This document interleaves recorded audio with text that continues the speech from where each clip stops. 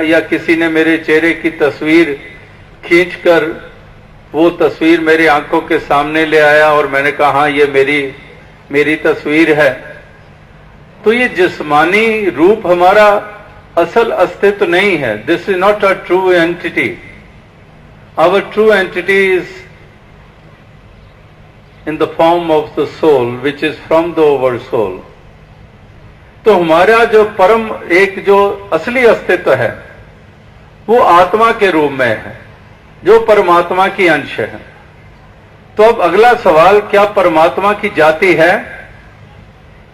क्या परमात्मा ब्राह्मण, क्षत्रिय, वैश्य या हरिजन है? क्या परमात्मा हिंदू या मुस्लिम या सिख या ईसाई या यहूदी है?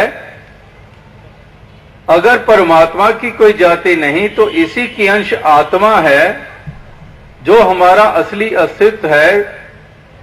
तो फिर हम किस तरह के भेदभाव करते हैं? ये हमारी अज्ञानता है। तो इसीलिए कहा है कि self realisation through God realisation, कि जब इस मूल को जाना तो स्वयं की पहचान हुई। अगर बूंद का सामना कभी भी सागर से ना हो तो वो अपने असली वजूद को जान ही नहीं सकती, वो अपने आप तक उस रूप में सीमित रहेगी। लेकिन सागर को जाना तो पता चला मैं तो इस सागर की ही बूंद हूं।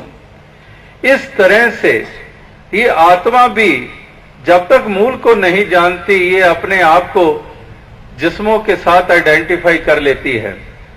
ये केवल मन नहीं, आत्मा भी मानने लग पड़ती है कि मैं ब्राह्मण हूं, मैं क्षत्रिय हूं, मैं वैश्य हूं, मैं हरिजन हूं, मैं गुजराती हूं, मैं राजस्थानी हूं, मैं नेपाली हूं, मैं चाइनीज हूं, मैं ये हूं, मैं वो हूं।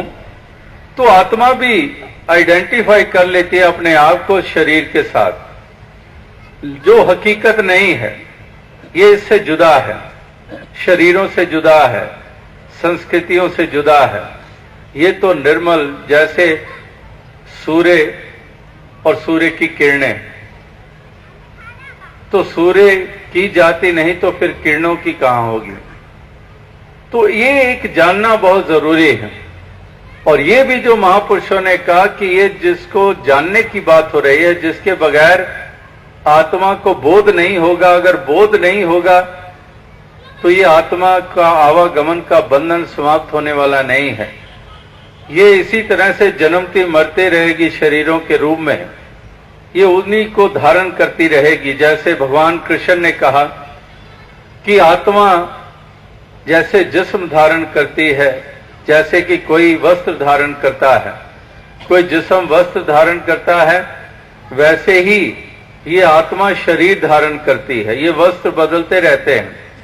लेकिन केवल और केवल यही नहीं कहा है उन्होंने ये भी कहा है कि जो आत्मा मुझ अविनाशी को मेरे असल रूप में जान लेती है तो उसको फिर मोक्ष और मुक्ति प्राप्त हो जाती है। फिर वो आत्मा शरीर धारण नहीं करती है, फिर वो मोक्ष की पात्र बन जाती है। जो मुझे मेरे असल रूप में जान लेती है, मुझ अविनाशी को मेरे असल रूप में जान लेती है, जो कुंती का जाया नहीं, जो मेरा असली अविनाशी रूप उसको जान लेती है, फिर वो ये वस्त्र धारण नहीं करती है शरीर रूपी। तो इसीलिए इस इंसानी जन्म को ये बहुत महत्व प्राप्त हुआ है। इसीलिए कहा है कि हीरे जैसा जन्म है कौड़ी बदले जाए, बड़े भाग्य मानुष तन पावा, सुर दुर्लभ सदग्रंथ ही गावा। कि बड़े भाग्यों से ये जन्म मिला है। किस लिए? क्या खाने के लिहाज से, सोने जागने के लिहाज से, क्या भोग के लिहाज से? इस कारण ये बड़े भाग्य मानुष तन पावा। ये तो अन्य योनियों में भी हो जाता है। भोग वो भी योनियां कर लेते हैं, भोजन वो भी कर लेते हैं, संतान उनको भी प्राप्त हो जाती है। जितनी भी योनियां हैं, पशु के रूप में, जानवर के रूप में, पंछियों के रूप में, सागर पानी में, समुद्रों में पैदा होने वाले जंतु, उनको भी संतान प्राप्त हो जाती है। तो इस लिहाज से तो फिर इंसान का कोई महत्व नहीं है। निद्रा, भोजन, भोग, भय, ये पशु पुरख समान। ज्ञान अधिक एक नर में, ज्ञान बिना पशु जान। तो ये एक विशेषता है इंसान को जो मौके के रूप में मिली है कि अपने प्रियतम अपने मूल परमात्मा की पहचान कर सकती है। इसीलिए हीरे जैसा जन्म है। और अगर यही काम नहीं किया तो फिर कौड़ी बदले जाए, फिर अपने जन्म की जीवन की कीमत वो कौड़ी डालता है। तो ये नादानी मानी जाती है इंसान की कि जन्म तो हीरे जैसा मिला हो और उसका मोल ये कौड़ी डाले, तो ये नादानी मानी जाती है, समझदारी नहीं है। अगर किसी के हाथ में हीरा आए और वो उसको कंकर की तरह यूं ही पटक कर जमीन पर फेंक दे, मिट्टी में फेंक दे, उसकी परवाह ना करे, उसको कौन समझदार कहेगा? कहेगा ये तो मूर्ख है। हीरा इतना कीमती और ये देखो नाली में फेंक रहा है, ये देखो ऐसे ही फेंक रहा है, ये मूर्ख है, ये नादान है, ये बावरा है। समझदारी नहीं कही जाती। इसी तरह से अगर इंसानी जीवन मिला हीरे जैसा तुल्य, तो फिर इंसान तो इसकी कदर भी कर ले। और वो कदर होगी तब जब इसी जन्म में आकर तो आत्मा का नाता परमात्मा से जोड़ लेगा। इसीलिए जीवन मुक्ति की बात कही है। इसीलिए कहा है कि अब तो जाए चढ़े सिंहासन, मिले हैं सारंग पानी, राम कबीरा एक भये हैं कोई ना सके पहचाने। कबीर जी ने ये कोई शरीर छोड़ने के बाद आवाज नहीं दी, शरीर में रहकर कह रहे हैं कि अब तो जाए चढ़े सिंहासन, मुझे अब वो सिंहासन प्राप्त हो गया है जो बड़े राजा महाराजाओं को नहीं प्राप्त होता है। मुझे वो सिंहासन प्राप्त हो गया है।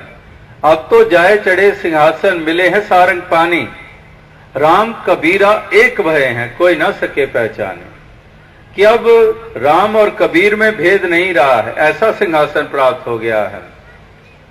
और ये शरीर रूपी बर्तन टूट जाने के बाद की अब बात नहीं कर रहे हैं।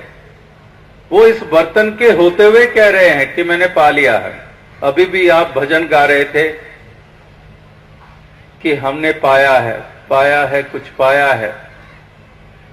मीराबाई ने भी कहा है कि पायो री राम रतन धन पायो, वस्तु अमोलक दीनी मेरे सतगुर कर कृपा अपनायो। मीरा को भी प्राप्त हुआ।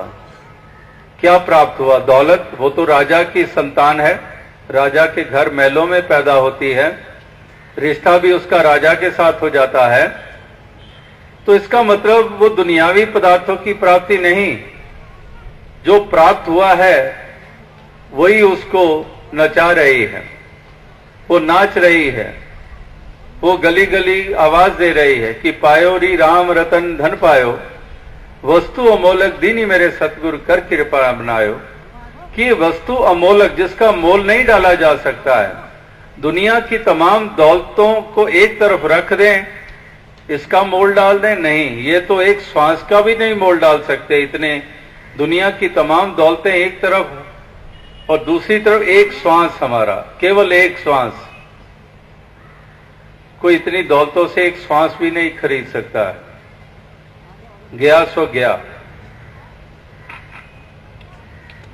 तो एक श्वास की कीमत तमाम दौलतें नहीं डाल सकती, तो ये प्रभु की कीमत क्या डालेंगे, इस हरि की कीमत क्या डालेंगे? इसीलिए कहा है कि वस्तु अमोलक, ये अमूल्य वस्तु मुझे सतगुरु ने दी है, जो रविदास जी के रूप में मीराबाई को प्राप्त होते हैं और वो उसके ज्ञान चक्षु दे देते हैं, जो स्वयं श्याम ने, भगवान कृष्ण ने अर्जुन को कुरुक्षेत्र के मैदान में वो ज्ञान चक्षु दिए थे।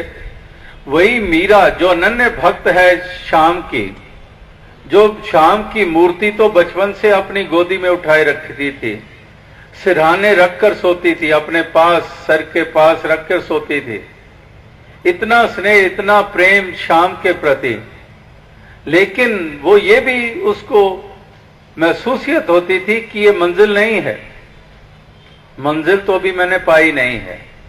ये स्नेह और प्रेम मेरा जरूर है श्याम के प्रति, लेकिन अभी मंजिल नहीं। तो मंजिल तो रविदास जी मीरा को प्रदान करते हैं, अविनाशी श्याम का असल अविनाशी रूप जनाकर, ज्ञान चक्षु देकर। तो इसी तरह से अगर अनन्य भक्ति मीरा के आज हम नगमे गा रहे हैं, वो भी भगवान कृष्ण की आकृति तो पास रखती थी, लेकिन पूर्णता तो उसने तब मानी जब श्याम के असली रूप, अविनाशी रूप को जाना।